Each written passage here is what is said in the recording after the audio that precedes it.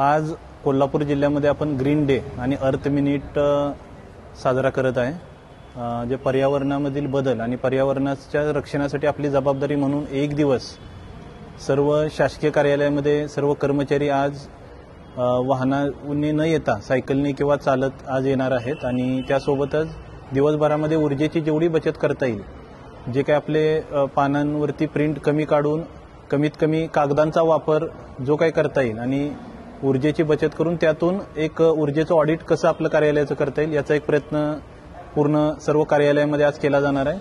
माझं जिल्ह्यातील सर्व आस्थापनांना आणि सर्व नागरिकांना नम्र आव्हान आहे की आपणही या ग्रीन डे मध्ये सहभागी व्हावं। आज आपण सहभागी झाला नसेल तर आपण तसा एक दिवस निश्चित करून आपण सहभागी व्हावं। आत्ताच सायकलवरून येताना एक आजोबा मला भेटले की जे 76 वर्ष वयाचे आहेत आणि ते सायकलवरून येत होते।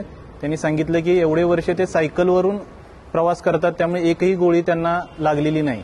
तर सायकलचा जास्तीत जास्त वापर करणं, वाहनांचा वापर कमी करणं हे पर्यावरणासाठी जसं चांगलं आहे तसं आपल्या आरोग्यासाठी सुद्धा चांगलं आहे। तर सर्वांनी ग्रीन डे या संकल्पनेमध्ये सर्व आस्थापनांनी सहभागी व्हावं। धन्यवाद।